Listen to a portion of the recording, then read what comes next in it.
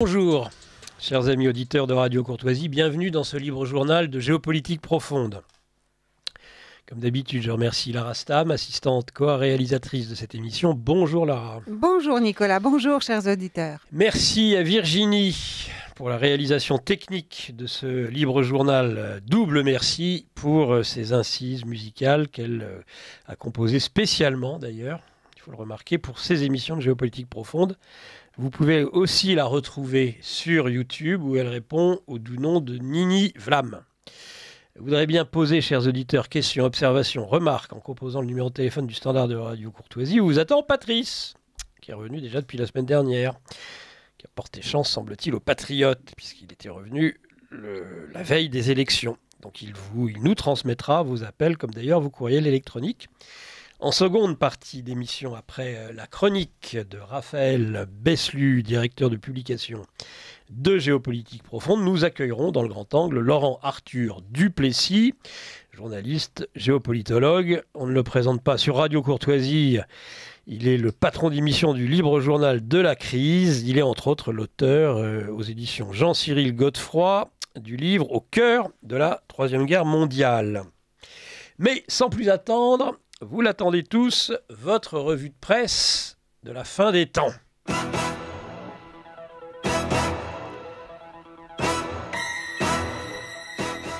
Alors Nicolas, les résultats des élections européennes de dimanche dernier, un premier commentaire ? Déjà, quelles élections, hein? Moi, je n'ai entendu parler que de la dissolution de Macron. Il y aurait eu des élections européennes, finalement ? Enfin, Nicolas, vous voulez encore une fois en venir, je ne comprends pas. Pourtant, simple. À peine le résultat connu à 20h, il a annoncé la dissolution de l'Assemblée nationale. Je pense que si la loi l'en avait autorisé, il l'aurait annoncé avant 20h. Macron aime sidérer et disrupter, c'est son mode de gouvernance. C'est du narcissisme, évidemment, toujours se mettre en avant devant de la scène, mais qui pourrait juger que tout ceci n'obéit pas à un plan parfaitement réfléchi à l'avance ?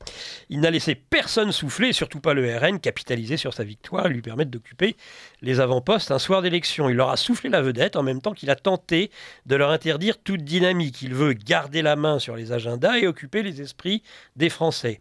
Dès lors qu'il a décidé de dissoudre l'Assemblée nationale, il pouvait parfaitement attendre la rentrée de septembre, mais pas du tout. C'est tout de suite maintenant. Macron ne cherche pas seulement à invisibiliser ses rivaux politiques, selon le sociologue de la France périphérique Christophe Guilly, mais aussi la crise démocratique dont les résultats de cette élection sont la conséquence. Guilly voit dans ce scrutin se manifester un mouvement existentiel de contestation de la France d'en haut.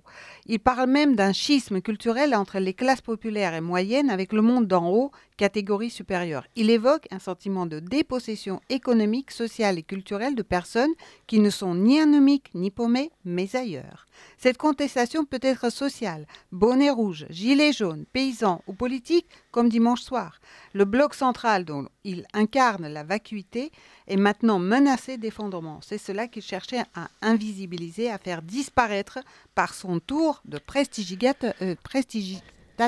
Alors le bloc central que Guy lui appelle le monde d'en haut n'attire plus. Surtout, il a perdu toute crédibilité par son incapacité à regarder en face la réalité. L'effondrement du macronisme en est l'illustration. Repliée dans ses citadelles métropolitaines, la bourgeoisie contemporaine apparaît aujourd'hui telle qu'elle est. Désinvolte, égotique, indifférente au bien commun, volontiers nihiliste et adepte du no limite. Pour se maintenir au pouvoir, elle a remplacé la morale par la moraline et sature les médias de nouvelles idéologies dont le seul objectif est de justifier son modèle. Wokisme, vivre-ensemblisme, écologisme, antiracisme, féminisme dévoyé. Hier, elle aurait instrumentalisé le nationalisme, le patriotisme ou le socialisme. La liste de ces idéologies promues au nom du bien est presque infinie. Mais aujourd'hui, l'illusion se dissipe. Ce que vous appelez le bloc central est un ventre mou, un no man's land, une bulle culturelle repliée dans des départements de centre-ville. Son discours, qui avait tout envahi jusqu'à l'air qu'on respirait, ne fonctionne plus. Elle ne domine plus que dans les métropoles et dans certains milieux. Dans sa volonté suicidaire de ne pas savoir, sa dernière stratégie a été d'extrême droitiser les sujets qui préoccupent les Français. Ce faisant, elle a aussi extrême droitisé la réalité en renforçant son isolement. Structurellement minoritaire, frappé par un vide existentiel, contraint de porter un modèle que rejette la majorité ordinaire, la seule option du bloc central sera demain de se radicalisé. Alors oui, pour l'instant, Macron use a priori de la fuite en avant. À la cavalerie budgétaire du déficit et de la dette s'ajoute maintenant la cavalerie électorale, camouflant ainsi l'insolvabilité de la Macronie. Pour réussir cette opération, le président va donc tout miser sur une polarisation extrême du débat. Le programme des législatives est simple. Ce sera la social-démocratie ou le fascisme. Avec une cible essentielle, les retraités. C'est ce socle électoral de la Macronie qui s'est fissuré dimanche, qui sauvera le chef de l'État ou donnera la victoire au Rassemblement national. En prononçant la dissolution du Parlement, Macron cherche aussi à faire passer à l'as sa propre responsabilité. Mélenchon l'a noté à juste titre. En renvoyant les députés devant les électeurs, il a viré des élus qui n'étaient pour rien dans ce vote et qui, de plus, il méprise au point d'aller faire de l'Assemblée nationale, sous ces deux quinquennats, une simple chambre d'enregistrement. C'est une diversion grossière. On vote pour des députés européens et ce sont les députés de la nation qui en morflent. Il se fout de nous, hein, car ce qu'il est dans le collimateur des électeurs, c'est lui seul. Et si j'ose dire, Bardella avait d'ailleurs fait de ce vote un référendum pour ou contre Macron. Donc, il y a une autre dimension dans ce vote qu'il a aussi réussi à invisibiliser, c'est l'échec du parti de la guerre dont lui, sa candidate aux européennes ou encore un Glucksmann sont les incarnations. Il y a toujours une dimension internationale, voire mondiale dans les élections européennes. Cette fois-ci, la guerre en Ukraine et celle au Moyen-Orient, dans une moindre mesure, se sont invités dans ces élections. Et intuitivement au moins, les électeurs sentent bien que Macron a cherché à entraîner la France dans la guerre en Ukraine, d'entrer de plein pied dans le conflit, comme le lui a reproché Marine Le Pen.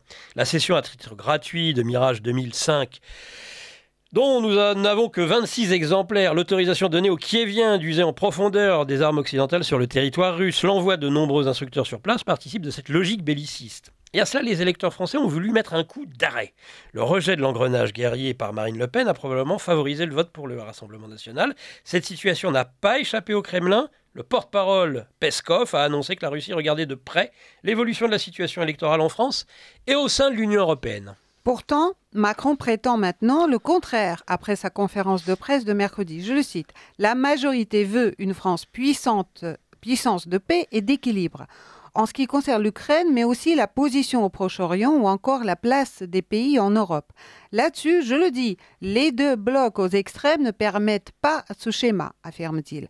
À gauche, le chef de l'État analyse une vision balkanisée de notre politique, de notre diplomatie, affirmant qu'il y a une opposition de certaines forces à la dissuasion nucléaire française, une opposition à l'OTAN.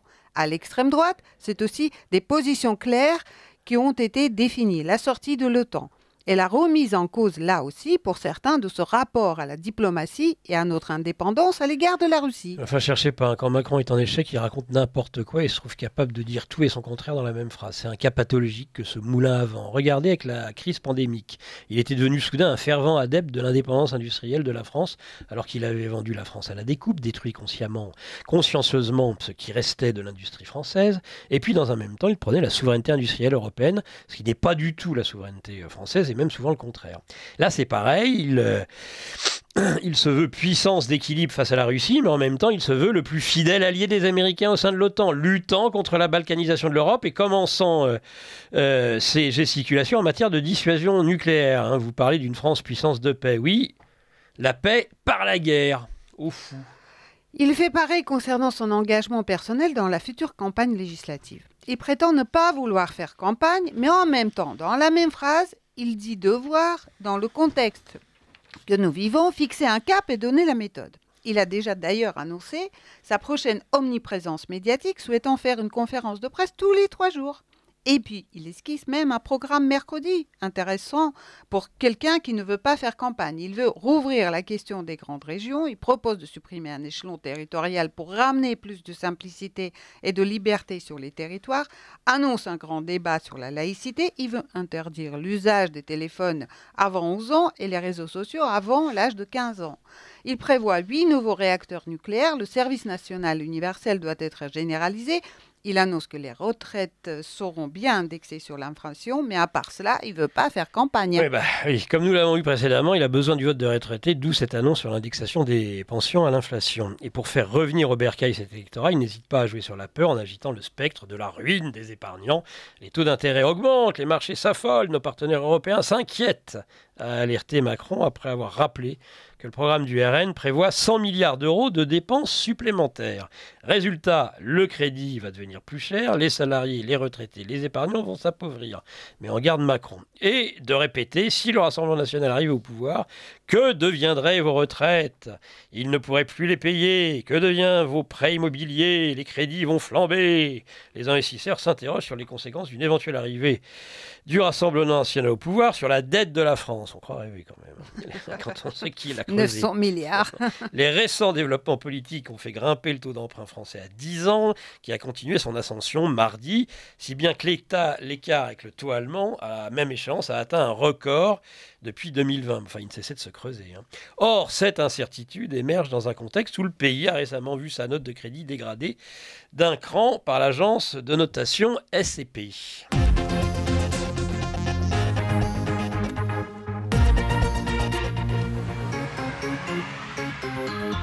Depuis la décision de Macron de dissoudre l'Assemblée nationale, on semble assister à une autodestruction complète de la classe politique française. Ça explose ou implose à peu près partout.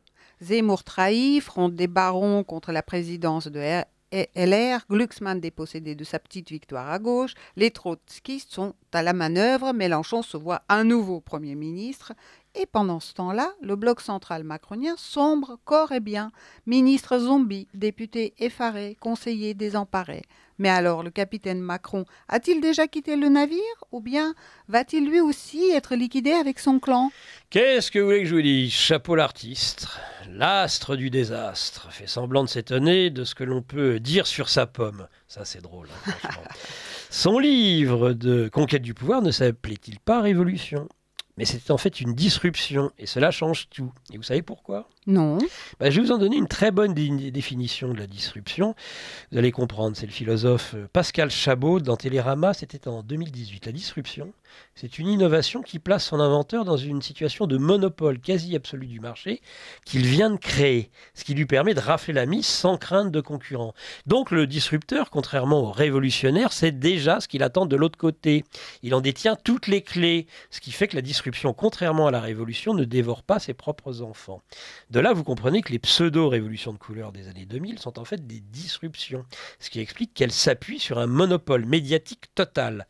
La non-maîtrise actuelle absolue des réseaux sociaux pourrait donc être le grain de sable dans la mécanique. Je dis cela comme ça, incidemment.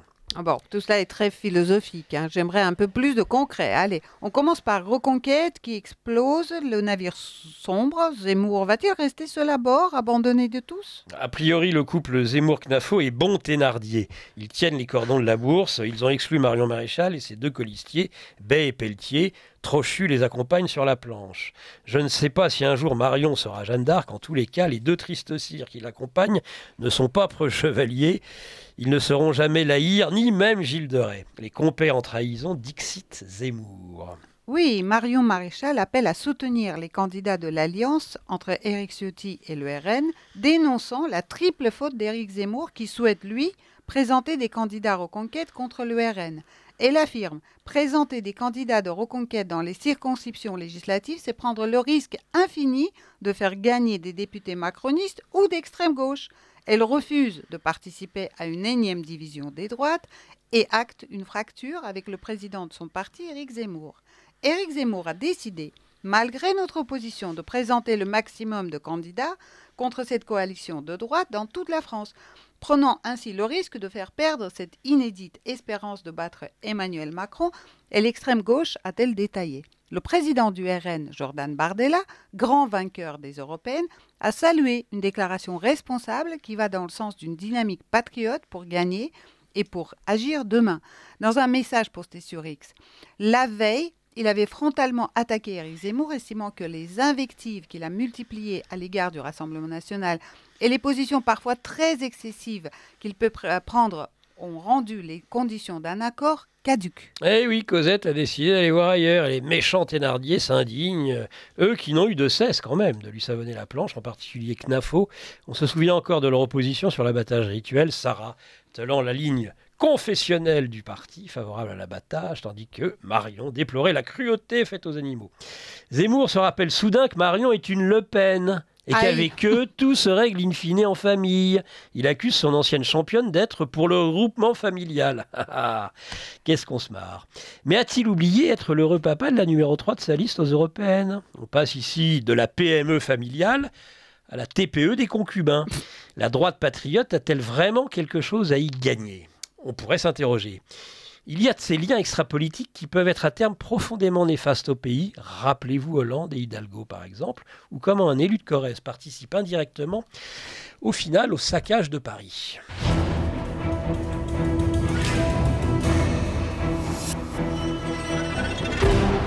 Bon, passons maintenant des amateurs en politique qui se rêvaient un destin historique aux véritables professionnels de la politique, pour qui l'histoire de France est un horizon trop lointain pour la tambouille politicienne. Certes. LR explose car son président a décidé de faire une alliance électorale avec le RN. Il faut une alliance avec le Rassemblement national, avec ses candidats. Une alliance à droite, avec tous ceux qui se retrouvent dans les idées de droite, dans les valeurs de droite, a déclaré le député des Alpes-Maritimes. Et M. Ciotti a mis en avant l'existence de 3 blocs s'opposant. À gauche, une alliance contre nature avec les insoumis, un bloc macroniste qui a mené le pays là où il est aujourd'hui avec plus de violence, plus d'insécurité, et un bloc des droites, un bloc national. Or, selon lui, LR est trop faible pour s'opposer aux 2 blocs qui sont les plus dangereux. Il estime que la droite a besoin de cet accord pour préserver sa représentation à l'Assemblée nationale, qui comptait jusqu'alors 61 députés. Ouais. Cette annonce est dénoncée par Macron comme un pacte avec le diable. Ah bah oui, bien sûr. Et moi qui pensais que la plus belle ruse du diable était de nous faire croire qu'il n'existait pas.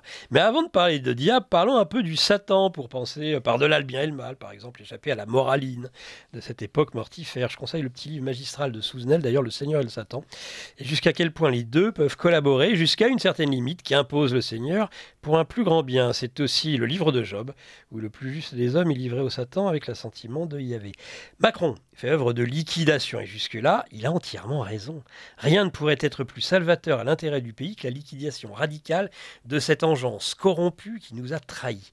Mais alors, sommes-nous prêts à nous lancer vers l'inconnu, changer de niveau de conscience, mourir pour renaître en tant que nation véritable? Et c'est là que le Satan devient diabolique, et propose un système clé en main très différent. Le disrupteur a déjà calculé la suite. C'est lui qui représente le pacte diabolique, l'Europe intégrée où disparaît définitivement les peuples, l'OTAN qui met sous tutelle de l'impérialisme américain les nations européennes, la guerre qui broie tout, une société de contrôle à base d'IA, de passe sociale et sanitaire et de reconnaissance faciale. Il survient de la bête de l'événement, non ? C'est la foire aux trahisons à droite en ce moment. Trahison entre amis et entre experts, si j'ose dire. Valérie Pécresse, rebaptisée à une époque Valérie Traîtresse par les équipes de François Fillon, pense avoir trouvé en la personne de Ciotti plus traître qu'elle. Oh là. Elle ose, sans rire, affirmer. Il n'y a pas de place pour les traîtres chez les LR et la politique à la petite semaine. À qui le record du monde de la trahison? Au bal des cocus, il y a foule, hein. Les barons se sont réunis en bureau pour exclure l'impétrant élu de Nice. Chacun y va de son propos assassin, de sa haine fielleuse, du genre Ciotti n'a pas d'état d'âme car il n'a pas d'âme. Ouais, alors à ce moment-là, il ne peut pas intéresser le diable. Ah, Michel Tabarot, Laurent Wauquiez, Gérard Larcher, Annie Genevard, tous les vieux chevaux sur le retour se pressent pour la curée. Ils refusent, eux, de perdre leur âme. Évidemment, pour mieux la vendre ensuite, hein, si j'ose dire. Les plus caricaturaux sont sans aucun doute les élus LR du Nord, type Marc-Philippe Daubresse et Xavier Bertrand. Ils s'indignent de la trahison des valeurs de la droite gauchiste par Ciotti. Oui, un sénateur et un président de région, pas des députés. Xavier Bertrand, cet homme qui a quand même la trahison inscrite, je trouve, sur le visage. Ils ont en tous les cas, à l'unanimité en bureau, décidé d'exclure Éric Ciotti des LR.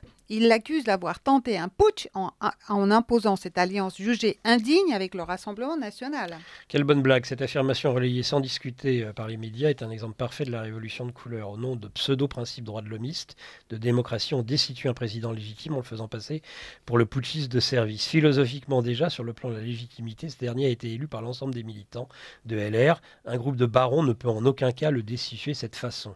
D'autant que les militants LR, dans leur majorité, sont favorables à des alliances avec le Rassemblement Rassemblement national.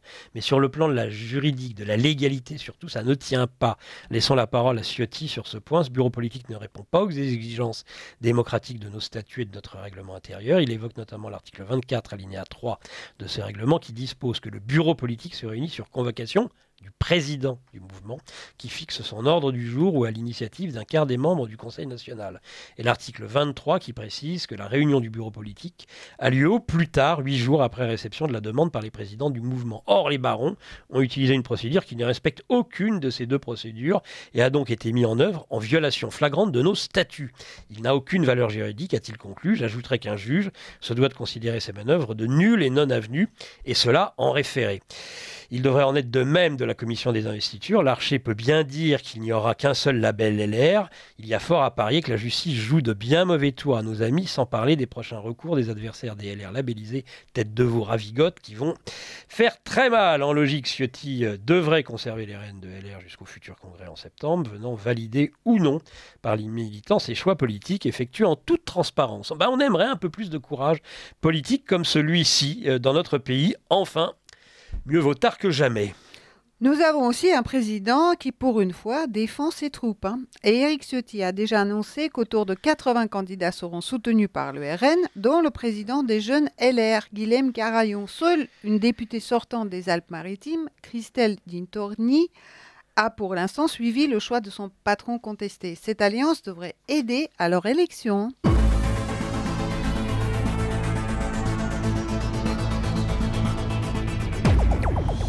Donc la justice va devoir trancher le cas Ciotti. Mais cette même justice ne manque pas d'inquiéter suite à cette agitation politique. Sortant une nouvelle fois de leur devoir de réserve, les juges rouges du syndicat de la magistrature ont appelé à la résistance contre l'extrême droite. Si le RN venait à gouverner, le fossé entre le politique et la magistrature pourrait encore se creuser. De la neutralité à la guerre ouverte, le syndicat de la magistrature a franchi la ligne rouge sans hésitation. Mardi, les juges rouges sont sortis de leur devoir de réserve syndicale pour entrer de plein pied dans la campagne législative. Si le syndicat de la magistrature appelle l'ensemble des magistrates et magistrats, ainsi que toutes celles et ceux qui participent à l'activité judiciaire, à se mobiliser contre l'accession au pouvoir de l'extrême droite. C'est inouï. Car, soutient-il, des pans entiers de programmes d'extrême droite sont, depuis plusieurs années, intégrés aux politiques publiques dans les gouvernements successifs. Les risques pour l'effectivité de l'état de droit se multiplient chaque fois que le Rassemblement national et ses affidés sont sur le point d'élargir encore leur assise au sein du pouvoir législatif et exécutif. C'est l'ensemble de notre société qui est en train de s'effondrer dans l'anomie généralisée. Plus aucune loi n'est respectée, même pas par ceux qui sont censés la faire respecter. En effet, sur le plan statutaire, l'article 10 de 1958 impose que toute délibération politique est interdite au corps judiciaire. Toute manifestation d'hostilité au principe ou à la forme du gouvernement de la République est interdite aux magistrats, de même que toute démonstration de nature politique incompatible avec la réserve que leur impose leur fonction, bon sang. Est également interdite toute action concertée de nature à arrêter ou entraver le fonctionnement des juridictions. Mais ils s'en foutent! Et pourquoi, selon vous ? Car ces manquements au texte peuvent faire l'objet de poursuites disciplinaires sur saisine du CSM par le garde des Sceaux, des justiciables, voire des chefs de cour. Mais ce n'est jamais le cas. Ni lorsque, au sujet de l'entre-deux tours de la dernière présidentielle, opposant Marine Le Pen à Emmanuel Macron, les juges rouges ont parlé de second tour de cauchemar. Ni lorsqu'en mai dernier, ils ont appelé les magistrats à désobéir aux circulaires ministérielles lors des manifestations contre les retraites. Ni encore quand le syndicat de la magistrature a tenu tribune politique à la fête de l'UMA. Et les sujets de friction avec les magistrats risquent d'être importants si le RN arrive au pouvoir à la suite de ces élections. L'éventuel futur garde des Sceaux RN devra assumer la ligne directrice de son parti. Le Rassemblement national n'a jamais eu de mots assez durs pour dénoncer tour à tour la République des juges qui met à mal la souveraineté nationale et le laxisme des magistrats dans les affaires pénales, de quoi aggraver dangereusement le fossé entre le politique et la magistrature. Parmi les mesures emblématiques d'un futur garde des Sceaux RN, sans nul doute une réforme de l'échelle des peines qui a fait de l'aménagement la règle et la prison l'exception, comme l'ont répété des derniers gardes des Sceaux. Au menu peut-être le rétablissement des courtes peines, la révocation automatique des sursis en cas de récidive, la fin de la liberté conditionnelle automatique à mi-peine et le rétablissement des peines planchées. Tout cela participera forcément à la décision d'accélérer la construction difficile et onéreuse de nouvelles places de prison. À cela s'ajoutera forcément le durcissement de la justice des mineurs, avec au cœur du débat la question de l'abaissement de la majorité pénale. De quoi faire bondir la majorité des juges des enfants. En embuscade, Conseil d'État et Conseil constitutionnel, les places fortes de la République des juges, feront eux-mêmes tout pour mettre des bâtons dans les roues de ce nouveau gouvernement.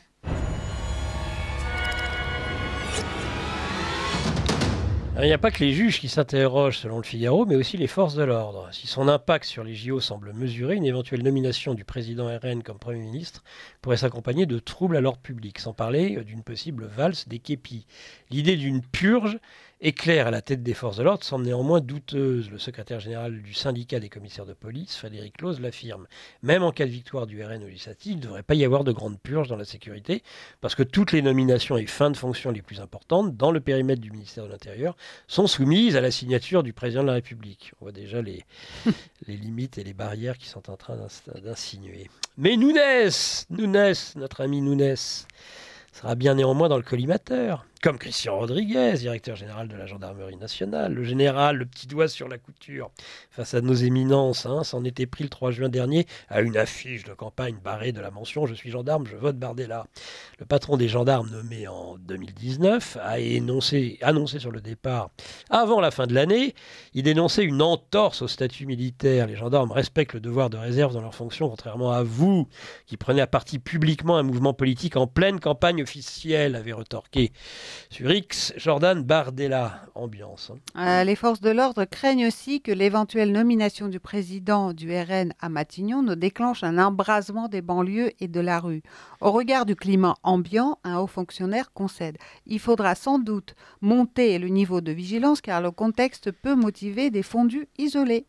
Un gouvernement RN ne fera qu'accentuer les tensions et les divisions dans notre pays, ce qui conduirait à des effondrements probables plus violents avec l'extrême gauche, y compris pendant les JO, prévient Frédéric Pechnard, vice-président LR de la région Île-de-France et ancien directeur général de la police nationale. Une question circule également dans le milieu préfectoral. Que feront individuellement les préfets en cas de nomination de Jordan Bardella à Matignon ? Avant la surprise du 9 juin, certains se laissaient aller à prétendre qu'ils quitteraient immédiatement leurs fonctions. Mais un haut fonctionnaire à Beauvau nuance. Je ne crois pas au grand soir. Le sens de l'État devrait prévaloir. Les prochaines semaines seront décisives. Le commissaire général Lhoz le reconnaît. Il faudra, après une séquence électorale tendue, gérer en même temps les jeux, les manifs anti-RN, les banlieues et peut-être même encore la Nouvelle-Calédonie et Mayotte.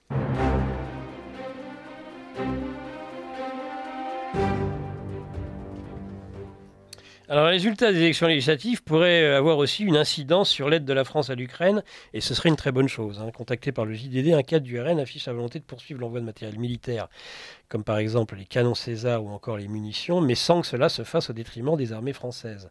Franck Giletti, député RN et rapporteur du budget de l'armée de l'air et de l'espace à l'Assemblée nationale, attire notamment l'attention sur le stock total d'avions de chasse. En cas de conflit de haute intensité, la France ne dispose d'une flotte que de 200 appareils.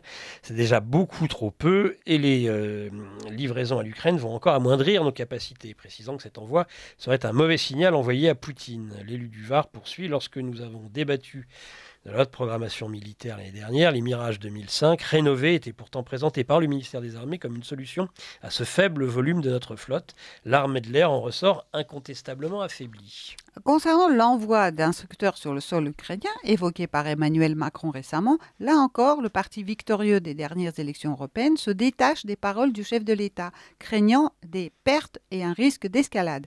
Le député Giletti a ajouté qu'il existe des alternatives bien moins périlleuses, comme des formations assurées par nos militaires en France ou dans les pays tiers comme la Pologne.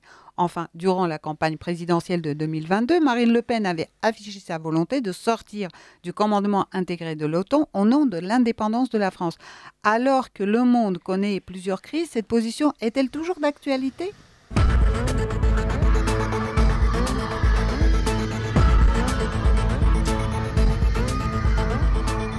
Pour revenir sur le plan strictement national, on peut parfaitement imaginer que ces élections législatives marquent la disparition des macronistes et des LR fidèles au refus de toute alliance avec le RN. Les projections des élections européennes sur la législative indiquent cette possibilité. Sur cette base, le pôle RN conserve une nette domination avec une première place dans 362 circonscriptions, c'est beaucoup plus que la majorité requise à l'Assemblée, soit près des 2/3 d'entre elles, tandis que le bloc des gauches est en tête 211 fois. Entre ces deux blocs, la majorité ne s'impose que dans 3 circonscriptions des Français de l'étranger, et LR dans une seule partie sud du 16e arrondissement de Paris. Cette bataille pour la première place met en évidence une bipolarisation RN contre gauche, pluriel, Front patriotique contre Front populaire, loin de celle espérée par Macron, Front républicain contre Bloc populiste. Le ralliement du président de LR au RN, l'accord trouvé entre les gauches qui permettent de court-circuiter Glucksmann et sa tendance d'établir un nouveau programme commun, conforte totalement cette hypothèse. Ces deux éléments conjoints rendent même probablement inéluctable la disparition du bloc central et la confrontation brutale entre la droite nationale et la gauche radicale. Macron semble enfin menacé. 57% des Français souhaitent sa démission en cas de défaite aux législatives. Démission qu'il n'envisage évidemment pas une seconde. Cette confrontation dans les urnes risque d'avoir un débouché violent dans la rue. Et ça commence déjà d'ailleurs. L'extrême gauche tente d'allumer la mèche. Des activistes tentent de recruter dans la jeunesse et passent déjà à l'action pour embraser les esprits. Mercredi soir, 4000 manifestants ont mis à sac le centre de Lyon, notamment avec des mentions anti-France. La statue équestre de Louis XIV, qui vient d'être remise en place après un long travail de rénovation, a été maculée de tags. D'ici la Kanaki, en référence aux indépendantistes en Nouvelle-Calédonie, ainsi que la mention anti-France ont été notamment inscrites en lettres rouges sur le socle, où un drapeau palestinien a été peint à la hâte. Un policier a été blessé et 3 personnes ont été interpellées. Idem à Bordeaux, des troubles à Rennes, Nantes, Angers, on en passe. Selon un bilan porté à la connaissance du Figaro, 36 rassemblements ont été répertoriés pour la seule journée du mardi à travers la France. Les services de renseignement territorial redoutent une mobilisation plus forte samedi, aujourd'hui, date pour laquelle plusieurs appels ont été lancés par la gauchosphère. Lyon, Nantes, Bordeaux seront surveillés en particulier. 300 000 personnes sont attendues dans toute la France pour dire non au fascisme. Pour l'heure, les banlieues restent calmes, mais une convergence des luttes n'est pas exclue. Les quartiers sont par nature peu politisés, les dealers détestent le désordre qui attire les CRS. Mais la période n'est pas bonne et tout peut s'embraser à la moindre étincelle, souffle un fonctionnaire de Rouen. Dans les scénarios les plus sombres, les stratégies de l'ordre public n'exclut pas que la fièvre allie crescendo pour atteindre son acmé au lendemain des premiers et seconds tours, ce qui constituera un défi pour les forces déjà tiraillées entre les JO et la menace terroriste. Alors tout ceci commence à ressembler furieusement à une forme de gouvernement par le chaos, avec pour finir un retour de l'ordre violent par l'oligarchie mondialiste avec un changement de régime à la clé. Les élections vont arriver juste avant les JO, la maîtrise des horloges, le maître des horloges accélérant artificiellement le calendrier, quand les touristes du monde entier seront déjà là, et si les islamo-gauchistes organisent avant et surtout après des émeutes à la Naël, ce qu'ils ne se priveront pas de faire, il se régalera d'avoir largement compliqué la tâche des forces de l'ordre devant les caméras du monde entier. Les touristes qui vont venir pour les JO risquent d'être très surpris par la France, et il pourra dire « Je vous avais bien dit que c'était moi ou le chaos ». Le chaos et les émeutes pendant les Jeux Olympiques, un régal pour ce fin gourmet. Et Jean-Luc Mélenchon va également adorer. Qui dit qu'Emmanuel Macron ne va pas en profiter pour s'attribuer les pleins pouvoirs? Il n'a aucune limite. Adorant manœuvrer dans le chaos qu'il a lui-même créé, à la différence d'ailleurs du début du chaos qu'avaient créé les Gilets jaunes, on peut également se demander s'il ne fait pas tout pour provoquer une troisième guerre mondiale pendant les JO. Les partis comme Reconquête et le Rassemblement national n'ont pas encore été remboursés de leurs frais de campagne et ne le seront pas avant les législatives. En conséquence, leur situation financière va être difficile pour faire campagne car personne n'a les liquidités nécessaires. Il faut au moins 1 million d'euros pour les tracts sous 10 jours. Comment payer le 1 million et un peu plus pour les enveloppes et l'affichage nécessaires alors que les remboursements européens n'ont pas eu lieu? La note de la France va encore être dégradée et il pourra dire, vous voyez, où nous mène l'extrême droite. Bref, les opposants politiques financièrement affaiblis, le chaos et les émeutes pendant les JO, Emmanuel Macron va pouvoir se régaler. Et pour finir, les Jeux Olympiques cet été à Paris vont mobiliser 10 000 soldats, dont nombre de Polonais. pour accueillir les militaires, le plus grand camp jamais construit depuis la Seconde Guerre mondiale sort de terre au bois de Vincennes. Les choses commencent à se mettre en place. Les conseillers de Sleepy Joe ont fait du bon boulot la semaine dernière. La suite au prochain numéro. Voilà maintenant. Sleepy Joe et de ses conseillers, dont on rappelle qu'ils étaient la semaine dernière, après les cérémonies du 80e anniversaire du Day, du débarquement de Normandie à Paris pour une visite d'État. Eh ben moi, je propose que notre chroniqueur en chef de géopolitique, qui est par ailleurs, je le disais, directeur de la publication du magazine Géopolitique Profonde, nous fasse sa petite chronique. On a de la chance, on l'a dans le studio, c'est rare, c'est même exceptionnel, puisqu'en général, je pense qu'il vit assez loin de Paris et de sa région. Et il va pouvoir, je crois, nous faire une chronique, entre autres, sur Sleepy Joe. C'est à vous la parole, mon cher Raphaël. Et tout d'abord, bonjour Nicolas, bonjour à tous les auditeurs de Radio Courtoisie. Donc oui, je voulais qu'on se concentre aujourd'hui, étant donné que, évidemment, sur les chaînes d'information, on va parler pendant plusieurs semaines uniquement de ce qui se passe en France. Je pense qu'il est intéressant de surveiller quand même l'actualité internationale, et de nombreux événements ont lieu actuellement. Je vous rappelle que ce week-end, il y a actuellement le 50e sommet du G7 en Italie, donc présidé par Meloni, où de grandes décisions sont en train d'être prises, notamment avec une nouvelle aide qui a été débloquée de 46,5 milliards d'euros pour l'Ukraine. Ce genre d'informations toujours importantes à noter, étant donné que ce sera aussi un moyen de pression pour la politique française et surtout l'opinion publique, avec la menace de la guerre sur nos frontières. Et on parle donc de Sleepy Joe, et justement j'ai voulu m'amuser à regarder un petit peu les prestations du président américain qui nous régale en fait à chaque fois et qui nous inquiète aussi, car en fait je pense une question s'impose. Finalement, c'est qui gouverne les États-Unis? Je pense que c'est une question qu'il faut absolument se poser lorsqu'on voit les différentes prestations de Joe Biden. On a pu avoir une nouvelle merveille du président, c'est-à-dire hier, lorsqu'il a rencontré le pape François. Pape François, qui malheureusement, à 87 ans, apparaît diminué, qui était donc au sommet du G7 pour parler de l'intelligence artificielle, se retrouve salué par Joe Biden, qui peut-être il a cru qu'il ressemblait à un petit enfant. On connaît les techniques de Joe Biden pour saluer physiquement les enfants, c'est-à-dire coller son front et faire un câlin au pape François, qui a choqué. Vous pouvez voir les vidéos, c'est assez hallucinant. On voit donc Giorgia Meloni et aussi Javier Milei absolument en panique face à cette attitude, et il y a des murmures dans les couloirs qui disent que il commence à fortement s'inquiéter de l'état de santé et surtout des actions du président Joe Biden, qui semble être de plus en plus diminué et montrer des signes de sénilité quand même assez forte. C'est quand même inquiétant pour un président d'une grande puissance mondiale comme les États-Unis. Et donc j'ai voulu m'amuser à essayer de regarder ces dernières prestations, que ce soit aux États-Unis ou même en Europe. Et évidemment, vous avez parlé, Nicolas, de la fameuse commémoration du débarquement de Normandie. Je pense que les gens pourront se rappeler le moment où il cherchait tout simplement à s'asseoir sur une chaise qui n'existait pas. Le fait qu'il décidait de se balader et que c'est sa femme qui doit à chaque fois aller le chercher pour le ramener. Et une fois qu'il est sur place, on voit un homme absolument livide qui se tient tout droit, qui sourit, qui des fois se tourne. On a pu voir une vidéo en compagnie donc d'Emmanuel Macron, de Brigitte Macron, donc le président Biden ainsi que sa femme, se tourner et regarder dans le vide, on ne sait pas où. Et pour suivre, accompagner ce malaise, on a pu les voir décider de suivre Joe Biden, de regarder dans le vide, le néant.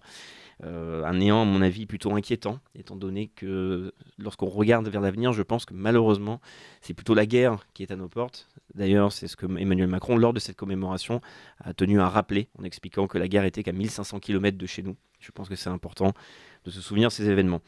Pourquoi je parle de Joe Biden? C'est parce que les élections américaines arrivent, il ne faut pas l'oublier. Elles arrivent en novembre, mais on va avoir des élections qui sont très importantes sur l'avenir de la politique étrangère aux États-Unis. Et on peut voir les médias qui essayent constamment de défendre et d'excuser l'état de Joe Biden, alors qu'il faut savoir qu'aux États-Unis, de nombreux rapports apparaissent pour demander et en fait même imposer une expertise médicale sur l'état de santé de Joe Biden. Et les médias répondent comment? Ils expliquent non, Joe Biden va très bien. Et d'ailleurs, c'est plutôt Donald Trump qui a des problèmes de santé. C'est Donald Trump qui a des problèmes d'attitude avec les femmes, mais aussi qui perd la mémoire. Alors moi, j'étais obligé de sourire quand je voyais la réponse des médias pour expliquer que Joe Biden était en parfaite santé. Donc, je vous rappelle que le 6 février, il s'est passé quelque chose d'exceptionnel. C'est-à-dire qu'il y avait une réunion, donc c'était en fait à Las Vegas, et donc Joe Biden parlait du G7 en 2021. Et il expliquait tout simplement, vous savez, juste après mon élection, je me suis rendu à ce qu'on appelle une réunion du G7, c'est-à-dire de tous les dirigeants de l'OTAN. C'était dans le sud de l'Angleterre, je me suis assis et j'ai dit, l'Amérique est de retour. Et Mitterrand, d'Allemagne, je veux dire de France, m'a regardé et m'a demandé, pour combien de temps êtes-vous de retour ? Donc on voit que Joe Biden a quand même fait l'effort de se corriger pour le pays, mais je vous rappelle que Mitterrand est mort, je crois, en 96. C'est ça. Par là. Donc il s'est trompé quand même de plutôt quelques années, ce qui semble plutôt inquiétant, étant donné que je vous rappelle que le président actuel était quand même Emmanuel Macron. On a eu d'autres événements, c'est-à-dire 2 jours après, où on a eu ce fameux rapport qui a imposé une expertise médicale sur Joe Biden. Et Joe Biden expliquait tout simplement, non, ma mémoire est bonne. Ma mémoire est bonne. Et dans ce même discours, quelques minutes après, on a pu voir le président des États-Unis parler donc du conflit israélo-palestinien en expliquant que le président du Mexique, Sisi, n'a pas voulu ouvrir sa porte à la frontière sud de la bande de Gaza pour permettre l'acheminement de l'aide humanitaire. Encore une fois, je pense que c'est fortement inquiétant, parce que je vous rappelle que Sisi, c'est quand même le président de l'Égypte. C'est quand même pas la porte à côté, et c'est quand même fortement inquiétant de voir que les médias continuent de vouloir soutenir ce président qui montre des signes, évidemment, donc de démence, d'absence, et je pense même qu'on pourrait parler, finalement, de maltraitance sur personnes âgées. Quand on voit Joe Biden qui s'arrête, et malheureusement des personnes pensent qu'il peut potentiellement porter ce qu'on peut appeler des couches, étant donné qu'il doit régulièrement disparaître des images en s'arrêtant, en ayant une expression faciale qui nous rappelle normalement ce que l'on voit sur le visage d'un enfant qui n'arrive pas à retenir ses besoins. Je pense couches éminence. Exactement. Pour nos éminences. Et au-delà donc de cet aspect du président Joe Biden qui, je vous rappelle, semble vouloir se présenter à nouveau pour les élections américaines, et les élections américaines qui vont être très importantes sur la propagande médiatique que l'on va observer pour pouvoir tenter de empêcher Donald Trump d'être réélu, il y a une petite information qu'il faut quand même transmettre, c'est-à-dire sur la famille Biden, et notamment Hunter Biden qui a enfin été condamné, donc non pas... Il n'a pas été condamné évidemment sur l'affaire du laptop, l'affaire de l'ordinateur portable, mais uniquement sur la détention illégale d'armes à feu, où il peut encourir jusqu'à 25 ans de prison. Et même Joe Biden a déclaré qu'il ne protégerait pas son fils, il n'utiliserait pas une certaine immunité. Donc c'est à mon avis des choses qu'il faut observer. On a une politique en France qui est en pleine ébullition. On peut assister potentiellement à des transformations peut-être chaotiques, genre... J'ai écouté avec attention évidemment votre revue de presse, Nicolas, et je pense que les JO vont être particulièrement inquiétants. Mais il ne faut pas oublier la situation internationale, géopolitique. Encore une fois, il faut surveiller le G7. De nouvelles aides ont été débloquées pour l'Ukraine. On a les médias en France qui décident de mettre au centre du débat la position du conflit israélo-palestinien, en nous expliquant qu'il y a la menace évidemment de l'antisémitisme, de l'extrême droite, mais je vous rappelle que l'ONU a sorti il y a quelques jours en fait un rapport pour expliquer qu'Israël a commis un crime contre l'humanité. Un crime contre l'humanité, et que le Hamas a commis un crime de guerre, qui sont deux notions plutôt assez différentes. Donc je pense qu'il faut continuer évidemment à observer ce qui se passe en France, ça va nous concerner directement, mais ne perdons jamais notre regard sur la situation géopolitique, car encore une fois, qui gouverne les États-Unis ? C'est une question importante à se poser. Qui donne des ordres à l'Union européenne pour prendre des décisions sur le plan militaire, et notamment la posture que l'on doit avoir avec le conflit russo-ukrainien. Il ne faut pas oublier ça, donc je pense que c'est à surveiller, et avec un Sleepy Joe, je pense qu'on doit surtout s'inquiéter. Merci Raphaël de cette chronique. J'ai 2 questions moi, à vous poser avant de passer au grand angle. La première question, est, quand j'entends tout ce que vous dites et toutes ces frasques qu'il peut commettre, ce Joe Biden, devant l'ensemble de ses pairs, je me dis que cette situation qui ne nous échappe pas, qui n'échappe pas au commun des mortels, qui a juste Internet pour s'informer, ça n'échappe pas non plus à l'ensemble des grands dirigeants de la planète. Et je me dis que c'est une immense disqualification de tous ceux qui nous dirigent, qui participent à un mensonge absolu, qui concerne déjà, dans ce mensonge, alors qu'il pourrait le dénoncer, 350 millions d'habitants aux États-Unis, à qui l'ensemble des représentants du G7 devraient dire: aux Américains, vous êtes gouvernés par un type qui est totalement sénile. Et ce n'est pas lui qui gouverne, de toute évidence. C'est évident, je l'ai vu. Sont tous des faux témoins, ces membres, ces chefs de gouvernement, du monde développé. C'est terrible, je dirais que quant aux puissances de ce monde qui nous dirige, cette participation à un mensonge aussi honté vis-à-vis de la personne qui est censée être la plus puissante au monde, dont on sait, dans ce que vous dites, c'est-à-dire qu'il a besoin de couches, ou en tout cas pas loin, en tout cas on peut voir son comportement. Et c'est ce silence, cette omerta, c'est le cas de le dire, de l'ensemble de nos dirigeants. Est-ce que ça, c'est pas faramineux ? Est-ce que ça, c'est pas une forme de dévoilement, une forme d'apocalypse, justement ? Mais ça devrait être un dévoilement, car le apocalypse, c'est un terme qui est très bien choisi. La problématique est la suivante, c'est que nous sommes membres de l'Union européenne et nous sommes aujourd'hui forcés d'être en conflit avec la Russie, par exemple. Nous sommes forcés de soutenir l'Ukraine à cause de la structure même de l'Union européenne. Et là, aujourd'hui, on peut voir les velléités directement de l'OTAN. Donc lorsqu'on est un chef d'État, il faut savoir, donc, il faut se poser la question évidemment de si ce chef d'État peut être un agent d'un certain pouvoir occidental et qui représente l'impérialisme américain. Mais il y a aussi tout simplement la question des possibilités de ce chef d'État. Est-ce que les États sont souverains ? Est-ce qu'on a une possibilité de choisir son destin à l'échelle nationale ? La réponse est non. La réponse est non. Et donc, lorsque j'observe moi, les sphères politiques, j'ai plus l'impression de voir, et d'ailleurs c'est ce qu'on peut voir avec la politique intérieure en France, c'est-à-dire ce sont des luttes intestines, et on peut voir simplement des personnes qui se dirigent vers ce qui est le plus dans leur intérêt. Là, quand on voit les différentes alliances sur l'union des droites, l'union des gauches, on peut voir surtout en fait des politiciens qui choisissent un parcours qui peut les avantager personnellement. Lorsqu'on est face à une situation de chaos global politiquement parlant, qu'on ne peut pas amener un grand changement au niveau de la nation, je me dis là c'est plutôt la problématique des hommes et leurs humanités, et donc ils décident simplement de protéger simplement leur situation, et c'est ce qu'on appelle de la corruption tout simplement. Et je suis tout à fait d'accord avec vous, c'est encore plus inquiétant lorsqu'on voit un Joe Biden qui, lors de toutes ses prestations publiques, se retrouve dans un moment de malaise et de gênance. On le voit sur le regard de tous les hommes politiques qui sont autour de lui. Oui. Et ils ne disent rien, mais c'est encore une fois, c'est qui gouverne les États-Unis, qui gouverne l'Union européenne, qui a supprimé la souveraineté des différents États, en l'occurrence de la France et des pays au sein de l'Union européenne. C'est la question qu'il faut se poser, et à partir de là, on peut avoir un angle, à mon avis, de réponse. Deuxième question, Raphaël, justement, vous avez commencé à suggérer, c'est-à-dire que cet homme qui est le plus puissant du monde, qui semble-t-il est atteint d'une forme de dégénérescence sénile, c'est lui qui est censé appuyer sur le bouton nucléaire. Donc ça fait froid dans le dos. Et puis deux, qui à ce moment-là, si ce n'est lui, gouverne aujourd'hui les États-Unis d'Amérique et donc, au travers lui, l'ensemble de l'Occident, puisque comme vous le rappelez, l'Union européenne, aujourd'hui, n'est que l'appendice et l'OTAN des États-Unis d'Amérique. Mais pour répondre à cette question, à mon avis, il faut poser une bonne base pour analyser la situation globale. C'est-à-dire, on a souvent envie d'avoir un raisonnement assez binaire. On a besoin d'une réponse générale. On a besoin d'une réponse à toutes les problématiques. Donc ça, on ne peut pas répondre à dire qui dirige véritablement les États-Unis de manière intégrale. Ce sont constamment des luttes intestines. Je vous rappelle que j'avais pu faire une chronique reprenant les travaux de Seymour Hersh qui nous avait expliqué que sur la gestion du conflit au Moyen-Orient, on a découvert que le Pentagone a décidé de contacter directement le chef d'État et en même temps les services israéliens pour leur proposer des scénarios de gestion du conflit avec l'Iran principalement, pour tenter d'apaiser la situation, mais contre les ordres de la Maison-Blanche, sans que la Maison-Blanche soit au courant. Donc on peut voir qu'il y a évidemment des luttes intestines. Cependant, pour répondre à votre question, ce qui est clair, c'est que ce qu'on appelle l'impérialisme américain, surtout c'est le complexe militaro-industriel, et c'est plus communément ce qu'on va appeler le deep state américain.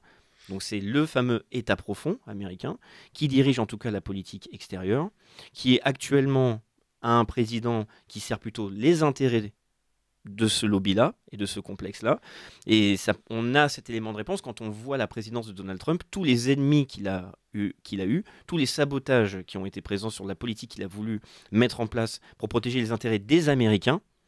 Et donc là, on voit principalement cet impérialisme américain qui est l'État profond, et c'est le complexe, je pense, on peut le dire, surtout sur la situation russo-ukrainienne, même au Moyen-Orient, et aussi sur la gestion des relations avec l'Union européenne, c'est le complexe militaro-industriel américain. Moi, il y a quand même, mais vous ne pourrez pas répondre à mon avis, parce que moi, en tout cas, je n'y lui trouve pas une réponse, on ne va pas au fond là, du sujet, c'est-à-dire que j'en reviens au fait que cet homme est censé avoir des codes, bon encore qu'il les apprenne ou qu'on lui dicte, et appuyer en son âme et conscience sur un bouton nucléaire. Or, on le sait, c'est absolument impossible. Or, la dissuasion nucléaire, l'arme nucléaire, elle a cet aspect très particulier d'être dans ces deux extrêmes. On dit bien MAD, c'est-à-dire à la fois c'est à la fois quelque chose de très rationnel, la dissuasion nucléaire, et de totalement irrationnel. De même, c'est un homme sur qui repose toute cette dissuasion. Les Russes ne pourraient-ils pas se dire, par exemple, mais en fait, cet homme n'est pas capable de décider, d'appuyer sur le bouton. Il y a plusieurs hommes autour de la table. Mais moi, je vous fiche mon billet que si nous étions là tous les quatre, autour de cette table, ajoutons, même Virginie, nous sommes 5, et que nous avions, comme ça c'est bien, on va voter à la majorité. Si nous avions besoin de prendre une décision de ce type, il est bien évident que dans un cas de figure comme ça, jamais on appuiera sur le bouton. Je serais extrêmement surpris que tous, ensemble, nous prenions la décision d'appuyer sur le bouton. Ou inversement d'ailleurs. Ou inversement, parce que par mimétisme, on peut en venir finalement à commettre l'irréparable. Rappelez-vous la séquence que celui qui se croit sans péché lui jette la première pierre. Et il faut qu'il y en ait un qui prenne conscience pour que finalement l'acte n'ait pas lieu. Mais ça fausse totalement les bases même de la dissuasion. Le fait d'avoir un homme qui n'est pas en mesure de prendre en son âme et conscience une décision aussi fatale. Absolument, absolument. Et c'est pour ça qu'il faut observer les personnes qui sont autour de Joe Biden. Je ne vais pas parler uniquement de sa femme qui le traîne et qui l'indique où marcher, où s'asseoir, ou en tout cas lui dire de ne pas s'asseoir quand il n'y a pas de chaise en tout cas. Il faut regarder les personnes qui sont autour de lui. Je renvoie, j'avais pu en parler lors d'une précédente chronique, d'un entretien très intéressant fait avec Tucker Carlson, avec Jeffrey Sachs, qui nous expliquait directement en fait comment fonctionnait l'État profond américain, quelle était la vision du monde de l'État profond américain, de cette hégémonie américaine, c'est-à-dire d'une arrogance et d'une folie que l'on peut observer à travers les années, notamment avec leur politique d'expansion continue de l'OTAN, le fait de manquer à leurs engagements avec la Russie, parce qu'il faut parler d'engagements, de promesses qui ont été faites et qui n'ont jamais été tenues. Et on peut voir que ces personnes ne s'arrêteront pas. Et ce sont des personnes qui pourront appuyer sur le bouton repasse, en tout cas prendre la main du président Biden, s'il est encore président et qu'on se retrouve face à une situation où une telle décision doit être prise, ils pourront prendre sa main pour appuyer sur ce bouton, ça c'est sûr et certain. Car de toute façon, ce n'est pas Joe Biden qui prend la moindre décision. Il n'est même pas capable de s'exprimer. Il n'est pas capable de se déplacer, il n'est pas capable même sûrement de se laver, il faut le dire directement. Donc c'est plutôt son entourage qu'il faut regarder. Et cet entourage, je pense qu'il est sur la ligne traditionnelle, encore une fois, de cet impérialisme américain, et rien ne les arrêtera. Surtout qu'aujourd'hui, ils savent très bien qu'ils peuvent sacrifier l'Union européenne pour continuer à tenir face au conflit avec la Chine et principalement la Russie aussi. Oui, ça explique pourquoi d'ailleurs ils ne prennent absolument aucun risque sur leur territoire. Tout à fait. Absolument. Merci Raphaël, merci beaucoup. Restez avec nous, vous allez participer à ce grand angle qui arrive maintenant. Eh bien, chers auditeurs, vous êtes sur Radio Courtoisie dans ce libre journal de géopolitique profonde. Je regardais les premières questions qui sont tombées. Cher Nicolas, cher Lara, le RN aurait-il annoncé qu'il dépenserait encore plus d'argent, plus que Macron? Décidément, la droite la plus bête du monde a le génie de se diviser. Toujours pour l'initiative, le bruit se fait entendre que dans un délai si court, les imprimeurs ne pourront pas fournir les bulletins et professions de foi sans papier suffisant. Cela devrait repousser les élections à la rentrée. Avez-vous des infos plus récentes sur ce plan? Et puis il y a d'autres questions qui viendront par la suite. Alors, en tout cas pour la deuxième question, oui, et c'est un sujet en effet qui peut préoccuper que celle des bulletins et des professions de foi. Laurent Arthur Duplessis, bonjour. Bonjour Nicolas. Bienvenue dans ce studio que vous connaissez bien. Mais oui. Même s'il a été rénové. Et que je rejoins toujours avec grand plaisir. Absolument. Et nous, on est content de vous avoir. Vous êtes le patron d'émission du Libre Journal de la crise, c'est ça? Oui, des crises. Oui, de la crise. De la crise. Dans toutes les acceptions du terme. Oui. Et vous êtes quelqu'un qui théorisait depuis fort longtemps la Troisième Guerre mondiale, au cœur de cette Troisième Guerre mondiale. Mais aujourd'hui, avant d'en arriver peut-être à certains éléments de type géopolitique, j'aurais aimé déjà votre avis d'expert, parce que vous êtes aussi un des cofondateurs et un des pionniers en tout cas, du Figaro Magazine. Donc l'analyse politique nationale, vous y connaissez, vous en connaissez aussi un rayon, et donc j'aurais aimé avoir déjà dans ce livre journal, mon cher Laurent, votre analyse de la séquence en cours sur les élections. Eh bien, elle rejoint tout à fait votre brillantissime analyse de tout à l'heure, cher Nicolas. En effet, on voit maintenant, plutôt qu'une tripolarisation, je dirais plutôt une bipolarisation, puisqu'au fond, ce qu'on appelle le centre est de plus en plus recroquevillé entre deux forces, l'extrême gauche et ce que les médias du système appellent l'extrême droite, mais que j'appellerais plutôt, disons, la droite patriotique. Et je crois que ce n'est que le début d'une évolution qui est, me semble-t-il, la résultante d'un rejet de plus en plus important de la mondialisation hyper-financiarisée telle qu'elle s'est développée, notamment à partir des années 80, qu'elle s'est accélérée à partir des années 80, disons.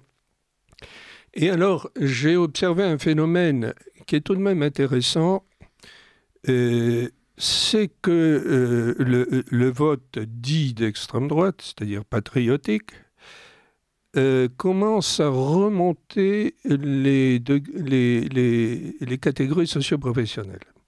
Il était parti de la base. En 84, c'était surtout un électorat ouvrier qui votait Rassemblement national.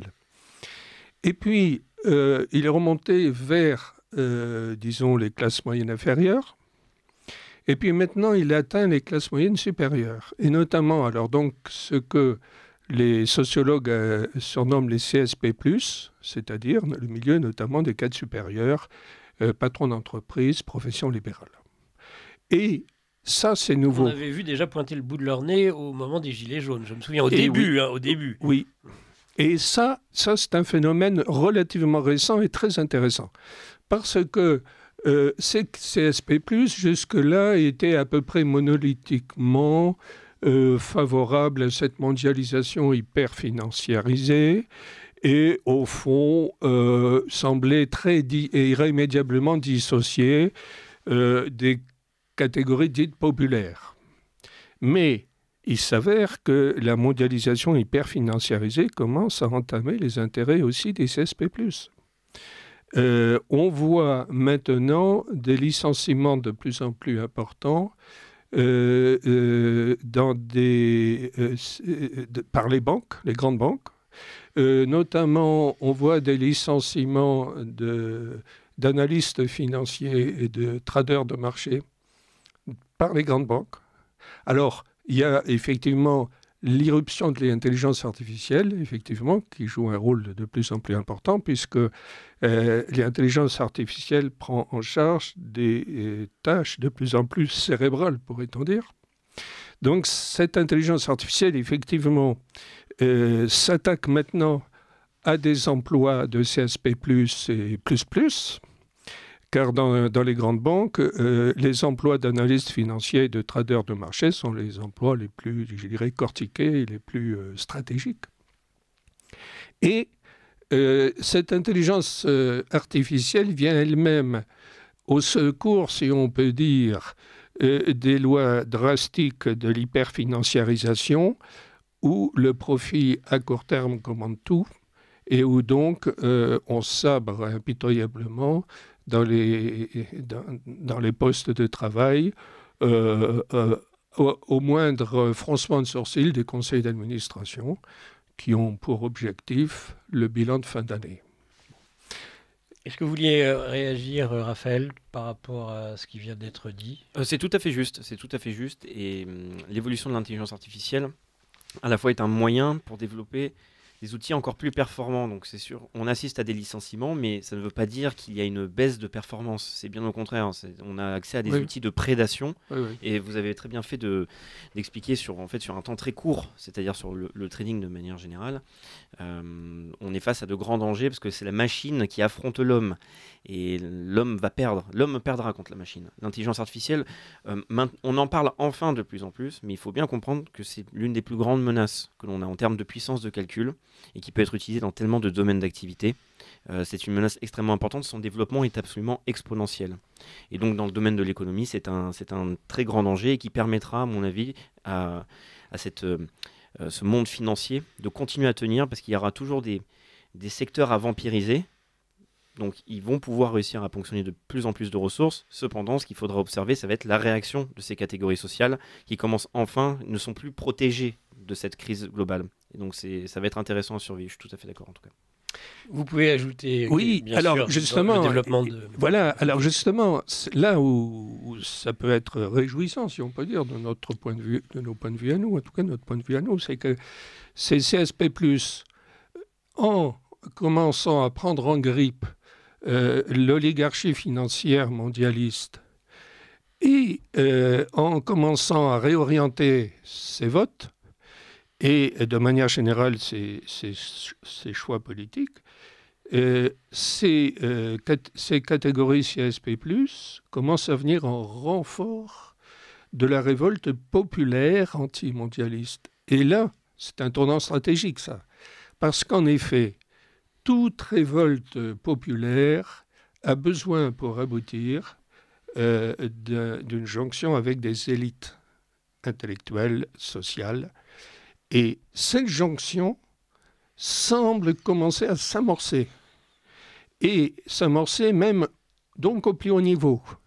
Donc je crois qu'il y a là un signe de bon augure. De bon augure, ou est-ce que justement tout va être fait avec Macron pour piéger, pour dire, voyez, pour cette élite qui a une capacité de compréhension, vous faites le mauvais choix, il faut rester avec qui nous sommes, parce que sinon tout va aller à volo. Alors oui, nous entrons, et là aussi je suis tout à fait d'accord avec ce que vous avez dit tout à l'heure, cher Nicolas, nous entrons dans une période de haute turbulence, de très haute turbulence, parce qu'en effet, Macron est le chef d'orchestre du chaos, si on peut dire. Il est le démiurge du chaos.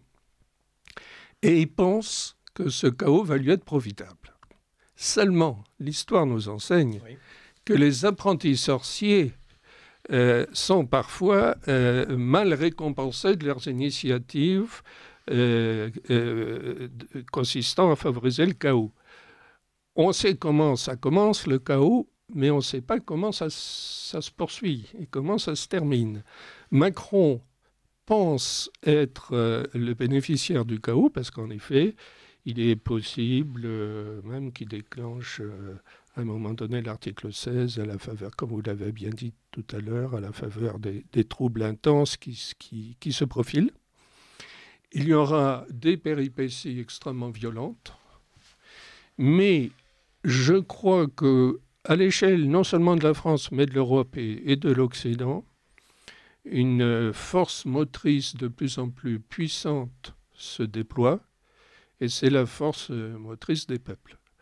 Et je crois qu'à plus ou moins, à un terme difficile à définir, disons, cette force motrice des peuples submergera ces oligarchies financières mondialistes, car dans l'histoire de l'humanité, on n'a jamais vu des élites dirigeantes d'un système en crise, et je dirais d'un système moribond, car il me semble que le système d'oligarchie financière mondialisée est moribond.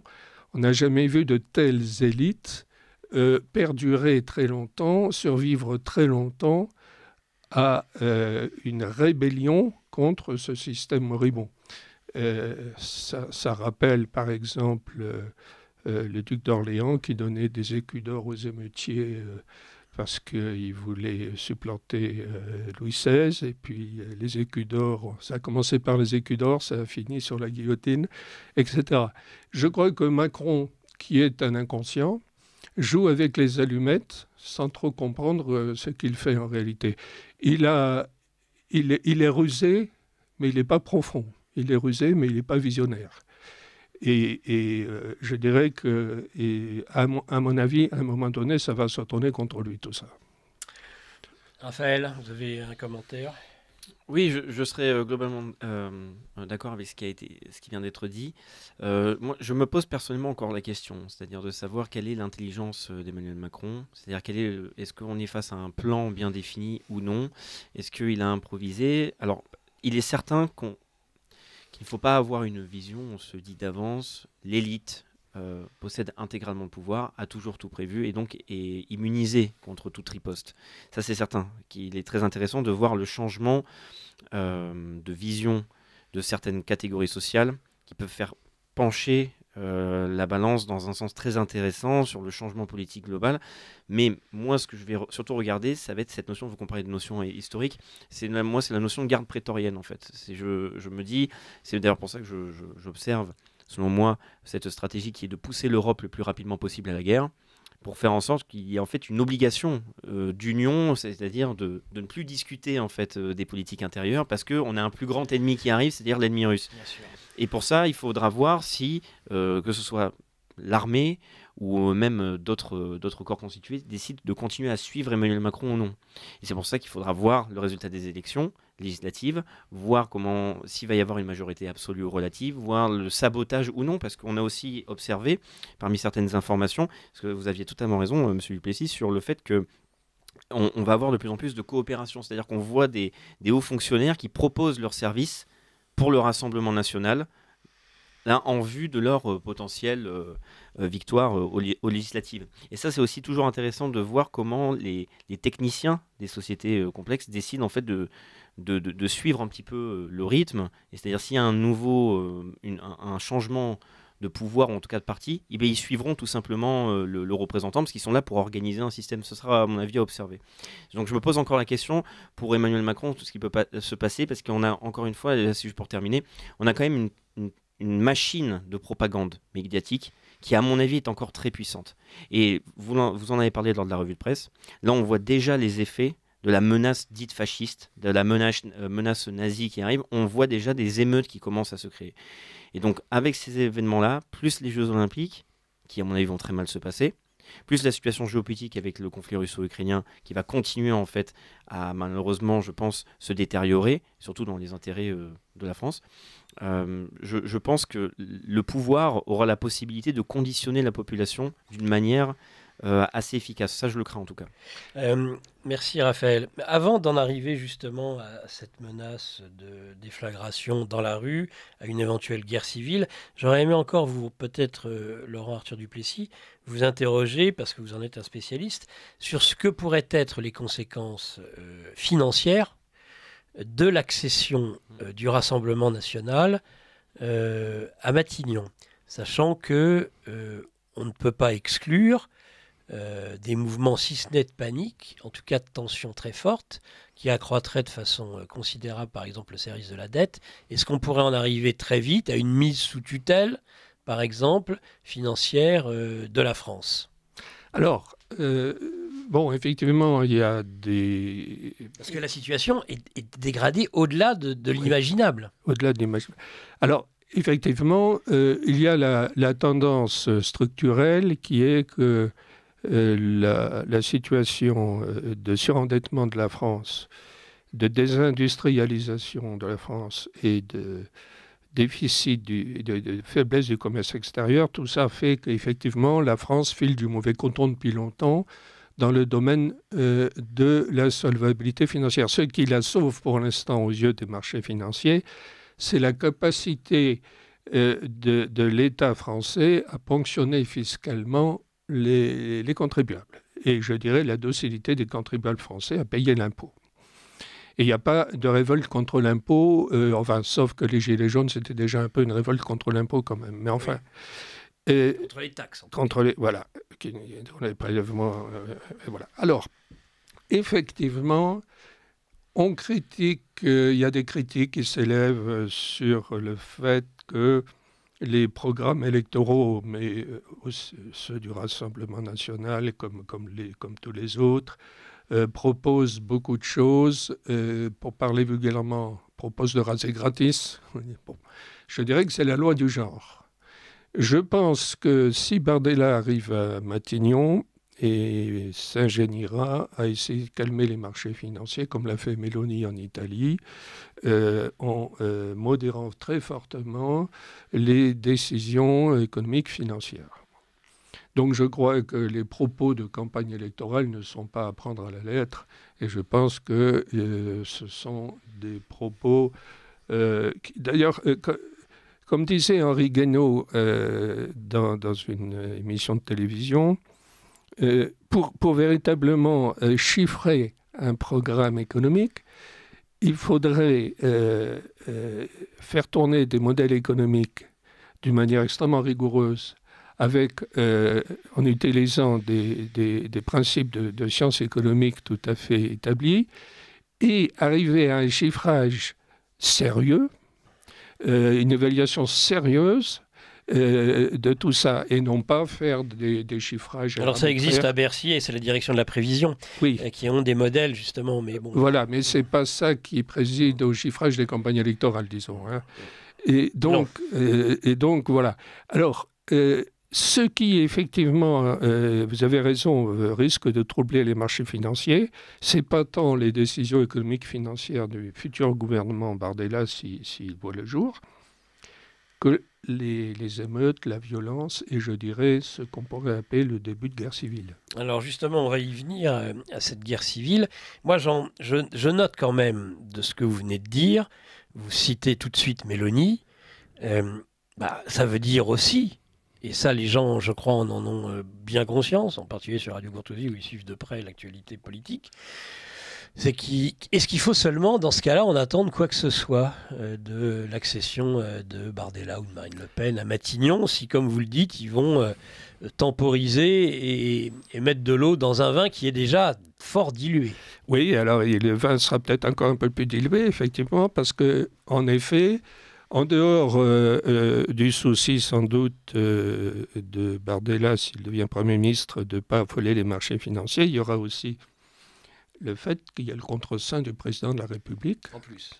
Et donc, le président de la République aura tout de même le pouvoir de freiner ou d'empêcher un certain nombre de décisions importantes. Alors, il faut bien... Nomination, voilà, notamment les ordonnances, choses comme ça. S'ils ont une majorité que relative ou oui, très limitée, ils vont être obligés de passer par des principes d'ordonnance, un peu comme Chirac en 86. Et là, il y aura à nouveau le chantage à la signature. Oui. Exactement. Et alors, il y a un autre élément, effectivement. Il faut bien admettre que pour l'instant, au vu d'un certain nombre de sondages et même des conversations que chacun peut avoir avec les entourages, etc., on se rend compte que pour l'instant, je dirais peut-être quelques 60% de la population française ne s'est pas encore affranchie psychologiquement et intellectuellement de l'Union européenne et de l'euro. Je crois que ça explique aussi pourquoi Meloni a mis beaucoup d'eau dans son vin, et c'est aussi pour ça que le Rassemblement national a lui aussi mis beaucoup d'eau dans son vin, c'est que la population n'est pas prête. Elle n'est pas prête. Et donc, il est impossible d'avoir le moindre espoir électoral si on dit qu'il faut sortir de l'euro et sortir de l'Union européenne et de l'euro. D'ailleurs, il n'y a qu'à voir Asselineau, les scores qu'il fait. Les gens ont peur de ce genre de perspectives et de propos. Donc, effectivement, de deux choses l'une, ou bien on maintient un discours de type Asselineau et on n'a aucun devenir électoral sérieux, ou bien on emprunte les habits du politiquement correct pour accéder au pouvoir. Alors après, effectivement, le pouvoir n'est pas une fin en soi, certes, mais une fois qu'on est au pouvoir, il est possible aussi de commencer à godiller avec le système. Une fois qu'on a des leviers de commande en main, mais sous les réserves que j'ai dit tout à l'heure, c'est que le contre-seing du président de la République, notamment, seront une limite, c'est vrai. Mais enfin, il est vrai aussi que malgré tout, un Premier ministre a tout de même une certaine marge de manœuvre. Alors le calcul de Macron, c'est de prendre à témoin le peuple français à un moment donné en disant, vous voyez, comme vous l'avez dit tout à l'heure, donc c'est la chienlit avec Bardella, donc éventuellement, peut-être voudrait-il démissionner pour occuper une position éminente dans l'Union européenne, etc. Enfin, tout est possible avec lui, hein. On ne sait pas très bien ce qu'il veut faire. Mais je crois que de toute façon, il y a un mécanisme qui s'est mis en mouvement. Il était important que cette mise en mouvement soit spectaculaire, parce que déjà c'est un électrochoc sur la psyché collective. Et c'est un électrochoc, je dirais, à l'échelle de l'Europe, de l'Occident et du monde. Et la France, là, joue un rôle de locomotive. Et je crois que le mécanisme enclenché ne sera pas enrayé par Macron, quelles que soient ses manœuvres, parce qu'en effet, le curseur, disons, part vers la droite, mais il ne va pas revenir au centre. Donc, si jamais Bardella échouait, à mon avis, le curseur, il continuerait à aller vers la droite, mais il ne reviendrait pas au centre. Le centre est en train de naufrager comme le Titanic, et je pense que ce naufrage est absolument sans retour, il est irrémédiable. On ne verra pas réapparaître le centre de sitôt, et je dirais même que à vue, je crois que le centre sort de l'histoire électorale française pour très longtemps. Ça, c'est important comme analyse. On ne l'entend pas toujours. Qu'est-ce que vous en pensez, Raphaël ? Je suis tout à fait d'accord. C'est ce que l'on observe d'ailleurs avec la réaction par rapport aux élections législatives et les fameuses unions qui apparaissent. Maintenant, en fait, c'est scindé en deux. On va parler d'union de la gauche et union des droites. Oui. Voilà. Après, au sein même de ces unions, il y aura des conflits idéologiques, il y aura des guerres. Notamment, regardez Raphaël Glucksmann, qui ne veut pas forcément d'ailleurs rejoindre. Je ne sais pas s'il a encore appelé à déclarer qu'il voulait rejoindre ce fameux Front populaire. Ça y est, il l'a rejoint hier voilà, ou avant-hier. Regardez, je ne suis pas encore à jour, mais à l'intérieur même de ce Front donc populaire, pour beaucoup des protagonistes à l'intérieur de ces partis, ils sont par exemple pro-Hamas ou pro-palestiniens. Et on a Raphaël Glucksmann qui, malgré tout, décide de s'allier avec ces personnes-là. Donc je suis tout à fait d'accord, c'est scindé en deux. Et je voudrais juste rebondir sur un point qui a été dit notamment avec le fait que Bardella, Premier ministre, en fait, si le Rassemblement national arrive donc à gagner les élections, la marge de manœuvre, ce qu'il pourrait vraiment faire ou non. Il a été dit tout à l'heure que, en rapport avec les marchés financiers, ils vont peut-être devoir annuler certaines décisions ou devoir rétro-pédaler. Mais ça me semble même obligatoire parce que je pense que le RN va découvrir l'importance du poids des marchés financiers, des décisions, de la pression économique. Parce qu'il faut quand même rappeler la situation globale. On est sur un démantèlement de la France. C'est-à-dire que le RN va vouloir arriver dans une institution où normalement, vu qu'on observe objectivement les faits et le démantèlement de la France, on est face en fait à un sacrifice progressif de la France. Les lois qui sont votées, les différents traités, les accords secrets, je vous rappelle par exemple, Macron représente le pacte de corruption avec Alstom. Et il faut regarder à quel point toute cette institution est faite pour démanteler et continuer à vampiriser la France. Et donc le Rassemblement national va arriver ici, et là il faut imaginer comment ça va se passer dans les couloirs. Et ils vont se rendre compte, à mon avis, qu'il y aura énormément de pression et qu'ils ne pourront évidemment pas appliquer leur programme. En plus de devoir gérer les tensions sociales, notamment là on a pu voir les réactions tout simplement avec Jordan Bardella qui a parlé du droit du sol. Donc là ça va à mon avis amener des conflits très difficiles à gérer. Oui, alors je suis tout à fait de cet avis. Ce qu'il y a, c'est que tout ça s'inscrit dans une évolution de l'économie mondiale qui est en voie de démondialisation. On voit que de plus en plus, les économies se replient sur des espaces continentaux semi-autarciques. On voit que les États-Unis essayent de se découpler économiquement de la Chine, par exemple. On voit que l'ère du temps est à une réindustrialisation, notamment des pays d'Europe et des États-Unis, enfin de l'Occident, disons. On voit que les principes économiques de Jacques Attali ou d'Alain Menck qui triomphaient dans les années 70, à savoir nous ne ferons que de la finance et des services, et puis nous laisserons l'industrie aux sous-développés que sont les Chinois, etc. Tout ça maintenant est complètement ridiculisé. Et donc, je dirais que cette évolution de la systémique mondiale va en quelque sorte de plus en plus venir en contrepoint du pouvoir des oligarques financiers. Et donc, ce pouvoir des oligarques financiers sera de plus en plus érodé par cette évolution systémique mondiale. Et là, les gouvernements nationaux pourront surfer, les gouvernements patriotiques, je dirais, pourront surfer sur cette évolution-là pour eux-mêmes tirer les marrons du feu. Et je crois que pour, en quelque sorte, nuancer le pessimisme qu'on pourrait avoir sur les véritables marges de manœuvre de ces gouvernements patriotiques, il faut avoir en tête que le système hyper-financiarisé mondialiste est lui-même en perte de vitesse de plus en plus. Donc il aura de moins en moins facilement prise sur ces gouvernements patriotiques. Et en l'occurrence, je pense aussi une chose, c'est que la colère des peuples va d'autant plus s'amplifier que la crise systémique financière mondiale va à un moment donné intervenir. Le système économique et financier mondial est menacé par une épée de Damoclès qui va à un moment donné se détacher et tomber sur lui. C'est le collapsus financier mondial. C'est-à-dire que la pyramide de Ponzi, qui est l'économie mondiale, à un moment donné, va s'écrouler. Toutes les pyramides de Ponzi s'écroulent à un moment donné. Et l'empilement des bulles financières, à un moment donné, va exploser.